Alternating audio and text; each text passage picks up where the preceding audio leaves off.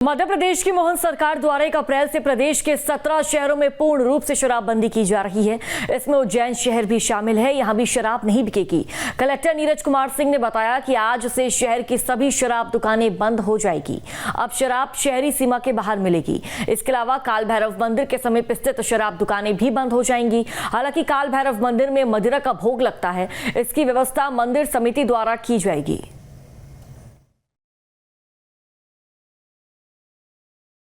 जो नगर निगम का क्षेत्र है उज्जैन का, वहाँ पर शराब की दुकानें बंद हो जाएंगी। तो इसके आसपास का जो ग्रुप था वो ग्रुप आवंटित हो गया। 2 ग्रुप और बचे हैं, उनका टेंडर आज खुल रहा है। तो शहर में पूरे आबकारी विभाग, पुलिस विभाग के माध्यम से बहुत स्ट्रिक्टली ये पूरा बंद कराया जाएगा और इनका जो स्टॉक है वो भी जो है वापस जो है लिया जा रहा है। तो देखिए, काल भैरव मंदिर में मदिरा का भोग लगता रहेगा क्योंकि मंदिर प्रबंधन द्वारा यहाँ व्यवस्था की जाएगी। अब बात उज्जैन की करे, महेश्वर की करे, ओंकारेश्वर की करे, ऐसे स्थान है, ऐसी जगह है जहाँ पर अब शराब बंदी कर दी गई है। पूर्ण रूप से शराब बंदी कर दी गई है। यहाँ पर अब शराब नहीं बिकेगी और जो दुकानें हैं यहाँ पर शराब बंदी की, उनको भी बंद कर दिया जाएगा। ज्यादा जानकारी साझा करेंगे भोपाल से अतुल हमारे साथ फोन लाइन पर जुड़ चुके हैं। अतुल, मोहन कैबिनेट में एक बहुत महत्वपूर्ण फैसला लिया जाता है शराबबंदी का और आज उस फैसले पर अमल किया जा रहा है। देखिए, बिल्कुल आज का दिन इतिहास के पन्नों में दर्ज किया जाएगा मध्य प्रदेश के संदर्भ में, क्योंकि जिस तरीके से लगातार शराबबंदी की बात की जा रही थी, मध्य प्रदेश सरकार ने अपना पहला कदम उठा लिया और मध्य प्रदेश के लगभग 19 धार्मिक जो स्थल है वहां पर शराबबंदी कर दी गई है।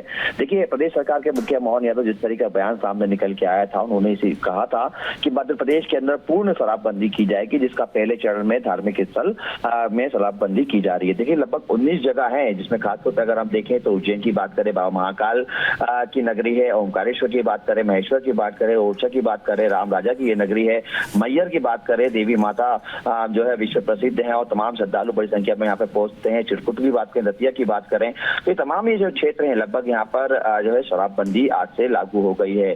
तमाम ये क्षेत्र है यहाँ पर आज से शराब नहीं मिलेगी और इसको लेके जो है नई आबकारी नीति लागू कर दी गई है। देखिए, सरकार का मकसद स्पष्ट था कि जिस तरीके से लगातार हम देख रहे थे कि लंबे समय से साधु संत महात्मा इन क्षेत्रों में शराबबंदी की मांग कर रहे थे।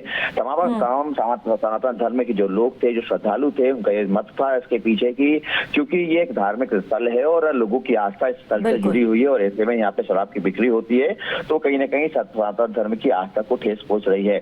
इन्हीं तमाम बातों को ध्यान में रखते हुए प्रदेश सरकार ने ये फैसला लिया था।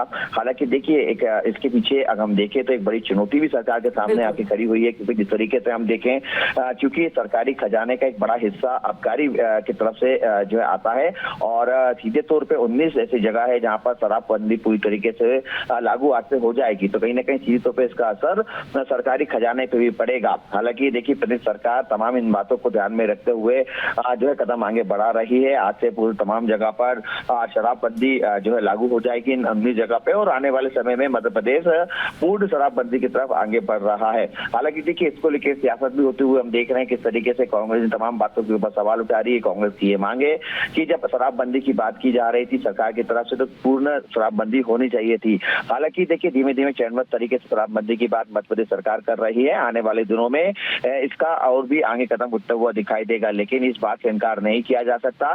एक ऐतिहासिक फैसला मध्य प्रदेश सरकार की तरफ से लिया गया है। तमाम धार्मिक स्थलों पर जो शराबबंदी कर दी गई है। खास बात हम देखें, जगदलपुर वाली माता रानी की अगर हम बात करें तो बड़ी संख्या में लोग वहां पे पहुंचते हैं। कुंडलपुर की बात करें या दतिया की बात करें, पीताम्बरा माई का वहाँ पे मंदिर है, पन्ना की बात करें, मंडला की बात करें, मंदसौर की बात करें, ये तमाम वो क्षेत्र है जहाँ पर लोगों की आस्था जुड़ी हुई है और आस्था के साथ साथ सरकार ने जिस तरीके से ये फैसला लिया है तो कहीं ना कहीं सीधे तौर पर सनातन धर्म है, तमाम साधु संत ने तो लेकिन शराबबंदी तो कर दी गई है। बात उसमें उज्जैन की करे, ओंकारेश्वर की करे, महेश्वर की करे, ऐसे धार्मिक स्थान है जहाँ शराबबंदी की गई है।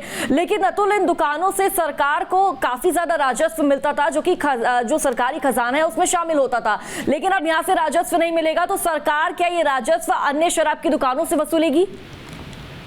देखिए निश्चित तौर पे सरकार ने जब ये पूरा ब्लूप्रिंट और खाका तैयार किया गया था तो इस बात का सरकार के तमाम नुमाइंदों को इल्म था कि आबकारी से एक बड़ा राजस्व मिलता है और इन क्षेत्रों में अगर शराब की दुकान बंद होगी तो सीधा इसका असर सरकारी खजाने पे पड़ेगा। हालांकि देखिए तमाम मुख्यमंत्री की तरफ से जो बयान सामने निकल के आया था कि सरकार के खजाने को किसी प्रकार से घाटा नहीं होने दिया जाएगा, दूसरा विकल्प की तलाश की जाएगी क्योंकि अलग अलग विकल्प हैं जिसके माध्यम से सरकारी खजाने का भंडार भरा जाएगा।